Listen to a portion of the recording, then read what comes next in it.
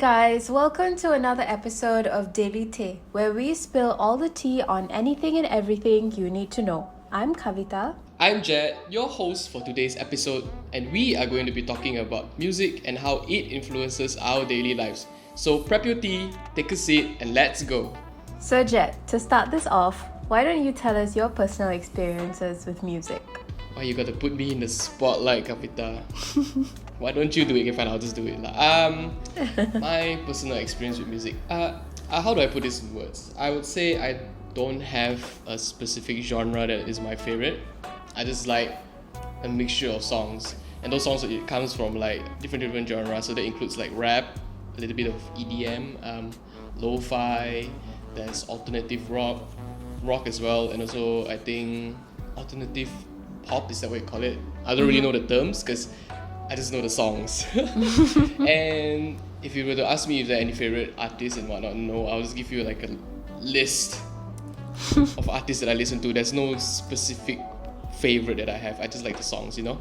Okay, but if I had to ask you, which artist or genre do you think that holds a special place in your heart? Even though you listen to every all sorts of genres, is there one that is most special to you? Is there one? I would say EDM, because EDM is what gotten me into music in the first place.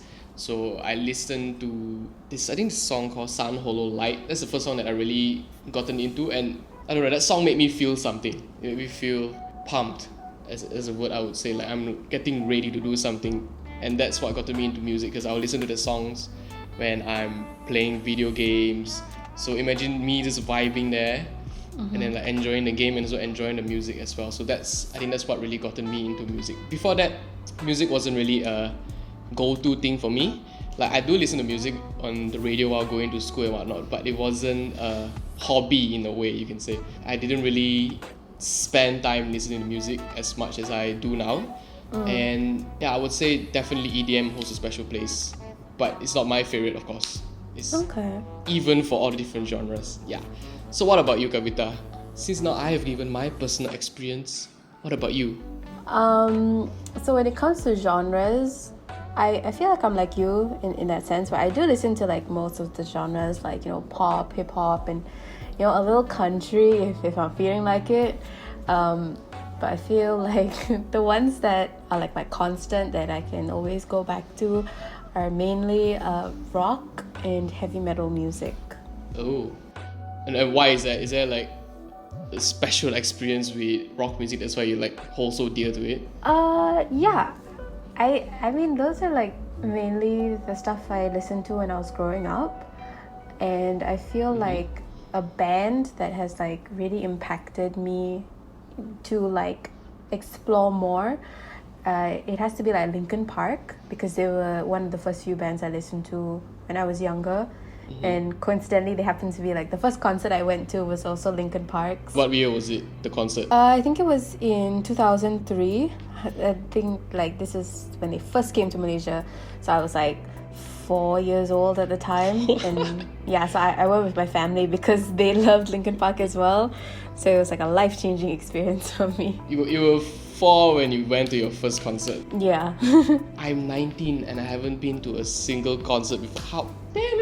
How were you already living the dream when you were 4 years old and I was 2? I was literally still in my diapers, not understanding how the world works. I mean, I didn't understand how the world worked either, but I just like Linkin Park, so. But you still have a memory of the concert itself, right? Yeah. Little bit here and there. Yeah. Okay, so since you said that you have grown up with music, especially with rock music itself, do you think it has changed your worldview in any way or allow you to learn something new? Yeah, I feel like it definitely has impacted me on a cultural sense, because the type of music and the bands that I listen to especially, they have opened my eyes to different cultures, social issues, movements, things like that. I feel protest music and punk mainly, those two really helped broaden my perspectives. But I think in terms of helping me learn something, music has probably helped me learn languages. Oh, how? So a few years back, when I was 13 or 14 years old, I started getting into extreme metal music. And these bands, like, they were a lot like darker and heavier than Iron Maiden and Metallica. So during this time, I found a genre called black metal, and that just like sort of pulled me in because I liked how the music sounded. Like, it was distorted and raw, but it was still atmospheric and melodic at the same time. So I thought that was like an interesting mesh of elements, you know. And the majority of the bands I listen to, they are from Norway, so I would find like their album titles and lyrics and stuff in Norwegian. And at the time, I didn't know anything about Norway or the Nordic countries, so I started learning the language on my own to understand what the songs meant and why they were written in such a way. And then it got me to like start reading about Scandinavian or just like Nordic culture in general. So from there, I started picking up more languages like Swedish, German, Danish, and Finnish. So in that sense, I think music, or black metal specifically, it helped me find my love for languages. That's very special. Because for me, it's very... I do learn a lot from music. It actually widened my scope on mental health issues, you know. I really never saw emotions as like different facets when I was growing up, like during my teenage years. It was always very 2D. Like, if you're sad, then you're sad. There's nothing behind it. That's how I saw it last time. Music, of course, it allowed me to understand these feelings through how the tunes play, how the beats goes, and also how the lyrics and stuff. Like learning the meaning for the lyrics, it allowed me to like understand all these mental issues. And it's because of this learning curve that I have, I was also able to better cope with my situation, and I can also use this music to somehow show other people how I felt. Like, you know, if you ask me how am I feeling, I'll just be like, boop, just give them music and like, yeah, I feel like this, and then they can understand better, because I don't really know how to explain my feelings. So music was always there, it's like someone for me to hold hands with, you know, in my mental journey. That's how I would say it. That's a nice way of putting it. But I like how like that's your takeaway from music, and how it helps you like understand emotions better. Because like from my experience, I've also felt the same way, and like music has helped me feel like I'm not alone in a specific situation, and it just sort of comforts me in that way. And I think a lot of people can resonate with that as well. Definitely, it's like they belong somewhere, you know. Okay, moving on. Clearly, I can tell that music has actually expanded your view into Scandinavian culture. And being someone who's more knowledgeable in cultures, do you think music has the capacity to create cultures? Yeah, I definitely think so. I was mentioning earlier like on how punk music helped broaden my perspective, and I feel like punk is a good example to look at, because it started off as like this sort of DIY movement where like you do stuff yourself. If you want to help people around you, your community, the system and stuff, you have to do it yourself. You can't really rely on anything else. So I feel like that is a good way of looking at how music has the power to actually shape culture, but also through cultural evolution in general, like, because music changes according to the time. So I feel like that's where we can see that impact and that evolution, you know. Like hip-hop, for example, in the 70s it was with MCing, where there'd be a DJ like laying down a beat, and then an MC would start to like freestyle or something like that over the beat. And then like later on it changed because the culture was different, you know. Like in the 80s and the 90s, like you would have artists who would release songs about like social issues. So you had Tupac, you know, like he was really famous for the social issues and like the social causes that he was championing. Or he also had a group like Public Enemy that were rapping about what's happening in their communities. So I feel like we can definitely see it from that aspect. And then like when it comes to music, the music layout itself, there started to be more subgenres under hip-hop. So then you started to have like hardcore and like gangster rap, and from I think like from the 2000s until today, it's like trap music, where we have artists like Migos and Travis Scott, or like even Lil Nas X, who is my personal favorite. He combined trap music and country together. It's like two unconventional sounds, but he managed to bring those two together, and I think that that's like really cool of like how he did that. So going back to what you said about cultural revolution earlier, how music the culture of music actually changes according to time. And I think we can actually see this recently. Like back in 2017, the genre of hip hop actually increased in listenership by 74% on Spotify. This was written in an article by Times Magazine. So actually the three of the top five most popular artists are actually hip hop artists. So those being Drake, The Weeknd, and Kendrick Lamar. So I think that really adds on to what you were trying to say earlier, how hip hop can actually create culture. But you did say something about a little bit about movement earlier, like the punk movement. Maybe you can elaborate about that with another example, maybe? Oh, sure. For people who's not really into punk. Yeah. So, like, I feel when there are people who dedicate their artistry to express, like, injustice in the world, you know, like we have with Rage Against the Machine. I think they're, like, one of the most famous bands who are known to, like, you know, express their opinions and stuff about what's happening in the world. Or if you want to look at a pop artist like Marina, who formerly known as Marina and the Diamonds, she's also a great artist when it comes to showcasing like social issues, women's issues and stuff like that. I think when artists or musicians, when they do that, it's a great way to have their message sent across to like a wide audience, you know, because that's how, for me at least, like I feel that's how people get to learn more about like these social movements and causes and stuff like that, and just what's going on within communities. And when it's done in like a charitable way, like when music gives back, I feel like it does reap the benefits. One of the examples that like the most famous, I feel like one of the most famous songs is We Are the World, where there were like so many famous American artists like Lionel Richie, Stevie Wonder, and of course Michael Jackson on that song.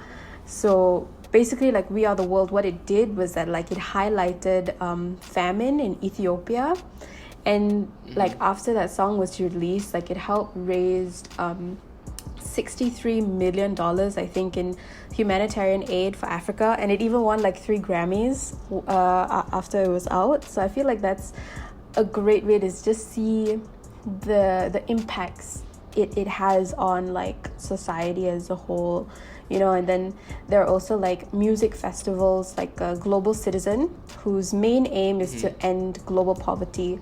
So they get artists like Green Day or Pharrell, even Shawn Mendes, to like partake in the festival, where they play for a whole day, and also like, you know, fans get to join in and stuff. And I feel like that's a really it's like a fun and inclusive way to get people involved in activism and social causes. So yeah, that's what I meant. I mean, going back to like how music can create culture, I think another example that I was just thinking about as you like explain the two cultures and also the movements, I thought about religions. So you have, for example, Sikhism. The religion is actually built mostly upon hymns. Like the scriptures are actually mostly hymns inside. So what's hymn? Hymns are like religious songs. So I think in a way that also builds like its own culture. I think another example would be praise and worship in Christian culture. So what praise and worship does is, we, instead of worshiping and praying in the usual way, we use music. We use tunes, we have those beats, people be playing music in the front and whatnot, and then we all be praising and singing along. And that's, I think, it is its own culture on its own as well. Maybe more of a subculture lah. But I think it really reinforces the saying that, you know, music can actually create cultures. I think another way, I mean, this is more of meme cultures, you know, how songs like What Does the Fox Say? God. That was a meme on its own. It was its culture on its own. And without the songs like this, it can't be a culture. So you have things like Harlem Shake, when the beat drops and then everybody just seizure out. Why did that happen? Nobody knows. No one knows. Because of the music, the shake happened.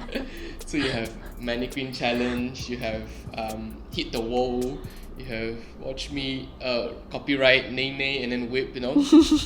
It's all built upon music. And right now we have a platform, TikTok. I feel like the entire platform gotten famous. Part of it is because of the music and also the content creators on the site. Yeah, for sure. So I can definitely see how music can create cultures, you know. Thank you for enlightening me. Now my eyes are open, Gavita. So since music plays such a big role in our lives, and I think another way we can see culture is in the physical aspects of our lives. So for me, my clothing choices is very hip hop influence. So I would wear things like hoodies, like baggy hoodies, jackets, bomber jackets. This clothing is actually influenced by K-pop artists. I know how they dress up is because my sister watched the music video on the TV, so I watch along as well. And whenever I see their clothes, I'm like, oh, that looks good. And obviously, the clothes that they wear is not Korean traditional wearing, so it's really Western hip hop culture kind of stuff. And I think another way how music also shaped my clothing is I tend to dress up like the artists that I listen to. So I have an example would be NF. So he's a rapper. Do listen to him. He's a very nice rapper. He makes very deep songs. That's how I would describe his music. His clothing styles are usually long t-shirts, long hoodies with a cap.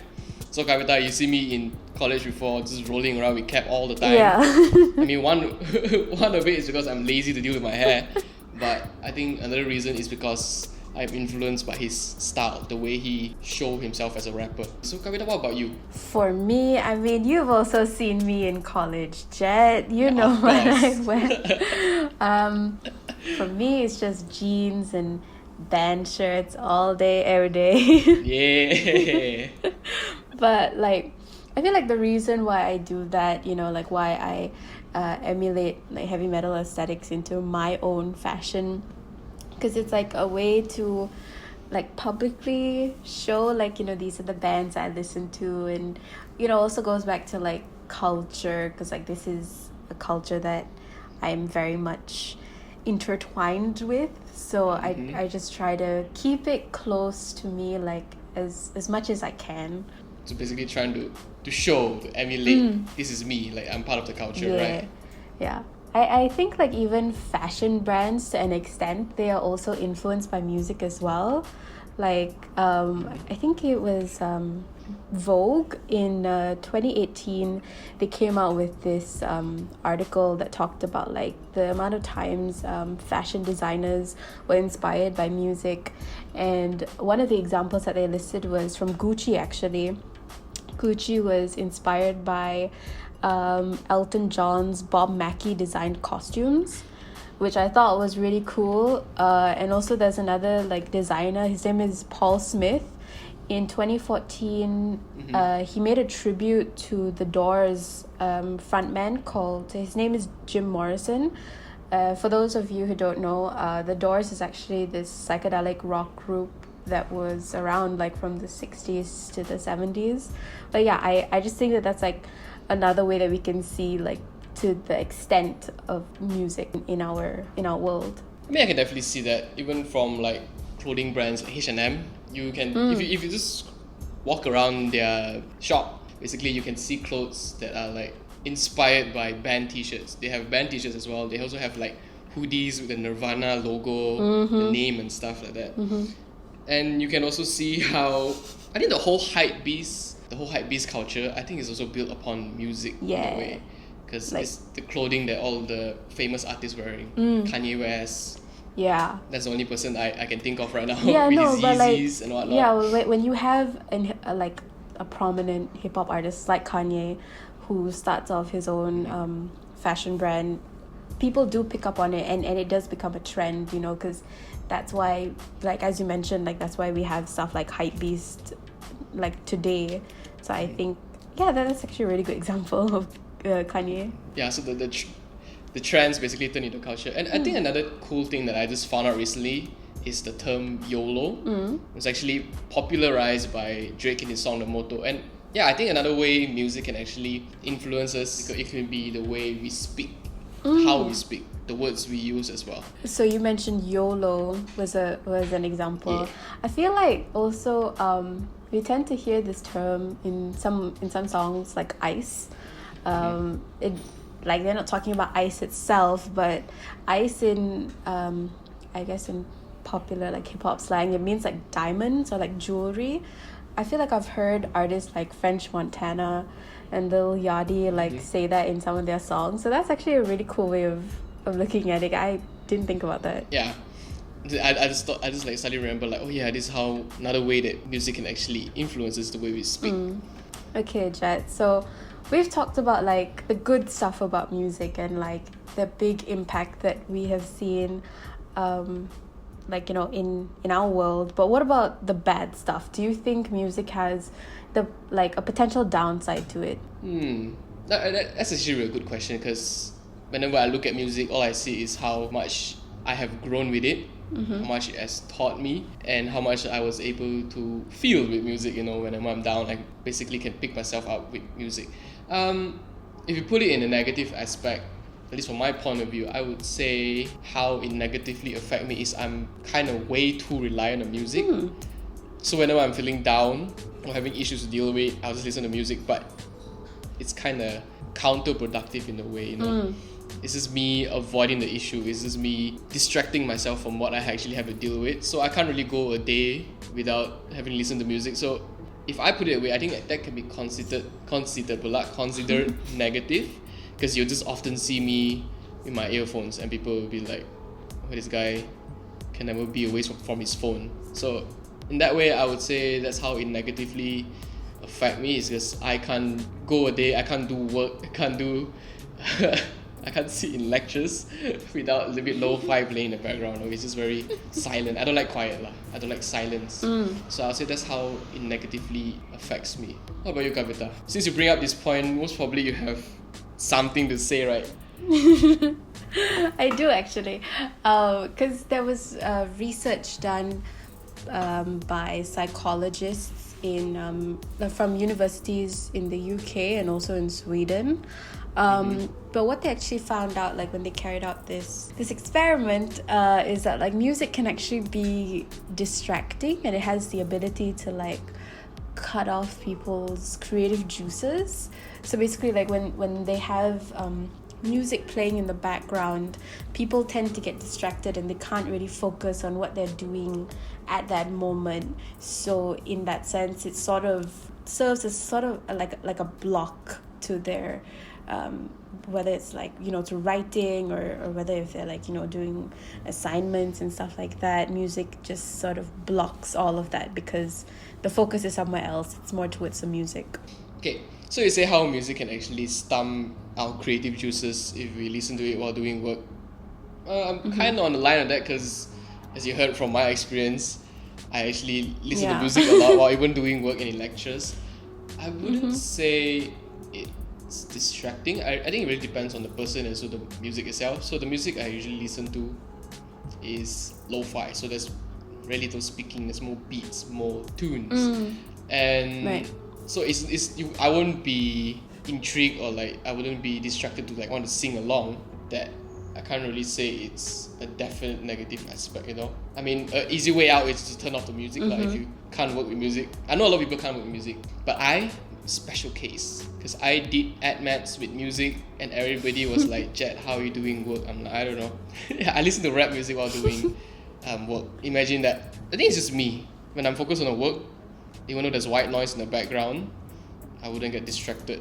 But it's nice to have something there to, I don't know, instead of just being quiet all the time, it's just nice to have something going, ding, ding, ding, ding, something like that, you know? Yeah. Is there any other negative aspects? I mean that there is CNN did release an article, I think it was back in 2019, but basically they were talking about how music can change the way you feel and act. So essentially, if you listen to a very violent song, then you will, you know, feel angry, you will feel aggressive and stuff like that. But whereas if you listen to something a little bit more chill, a little bit more like, you know, like lo-fi, for example, you will also feel relaxed and at ease. So there is that aspect in it as well. Definitely, because how I listen to music is I'm more of a feeler in music. So I will feel the music first. So if this music makes me like, yeah, kind of feeling, then I'll look into the lyrics and stuff like that. So definitely music can make you feel different things. So if the song is more violent in a sense, like the tunes and the lyrics, then of course it will make you feel more violent. But I don't think it's a factor of someone being a violent person. Because take an example, you listen to heavy metal music and rock music and stuff, which is quote unquote sounds more angry. Okay, quote unquote, it's not actually angry, it just sounds more angry in a way. Yeah. And you're like the most chill person I've met. You're way more patient than me, a person who listens to lo-fi, and I get angry way quicker than you. So I don't think someone's violent tendencies should be blamed by music. So I think music does have its negative aspects regardless. Anything good will definitely can be changed for the bad. But I think it really depends on the person itself. I mean, you can also see this as the fan base of a music group, how they sometimes gatekeep the music that their favorite artists produce. So they'd be like, you're not a fan if you don't listen to this first album and whatnot. And then it also goes another way around when, let's say, I'm not following the trend of music nowadays. Like, my friends are listening to the same rap artists. They're like, oh yeah. And I'm just here listening to some lesser known artists. I'll feel somewhat peer pressured to follow. So I think that could be a negative aspect in a way with like trends and cultures. But if you have a rebuttal, sorry. Do you have a rebuttal to this statement? Because I think in a way that could be a negative aspect. Yeah, I actually don't have rebuttal against it. Like, I do agree, because if you are, elitist in a sense, like, that's something that's quite prominent in heavy metal music. You have these diehard fans where, like, if you can't list like every single song that an artist has put out, then you are not a true fan, and that does put me off listening to some of the like some bands as well, because it's just like, if I listen to this music, then I'll also have to like see such comments and stuff, and I don't want that in my life. So yeah, all of us just want to vibe. Yeah. Why did you gotta throw bad vibes around? Yeah, so I feel like that sort of elitist behavior is something that definitely puts people off to either listening to a genre, listening to an artist and stuff. So yeah, that's actually a good way of looking at it. So I think to go back to the question, do I think there's a negative aspect to music? I would say yeah, but it depends on the person or like the collective of the people. It's just how people use things and what makes it worse at the end of the day. Yeah. So, but generally, music is meant for good. It's meant to bring people together. It's meant to rally people up. It's meant to create cultures. It's meant to teach you things as every other content in the world. Yeah. So yeah, I think it really depends on the person whether they want to make it good or bad. Alright, we have come to the end of today's episode. Thank you to our listeners for tuning into our podcast. We would also love to know what's your insights on what was discussed. Share your thoughts on our Instagram at theyouth_official_ or send us an email at youthofficial2020@gmail.com. You can also email us any questions or topic suggestions that you would like us to talk about in our future episodes. Do remember to also check out our website and Instagram account for more info. It's us, for the youth, by the youth, about the youth. Till next time, this is Jeat and Kavita signing out.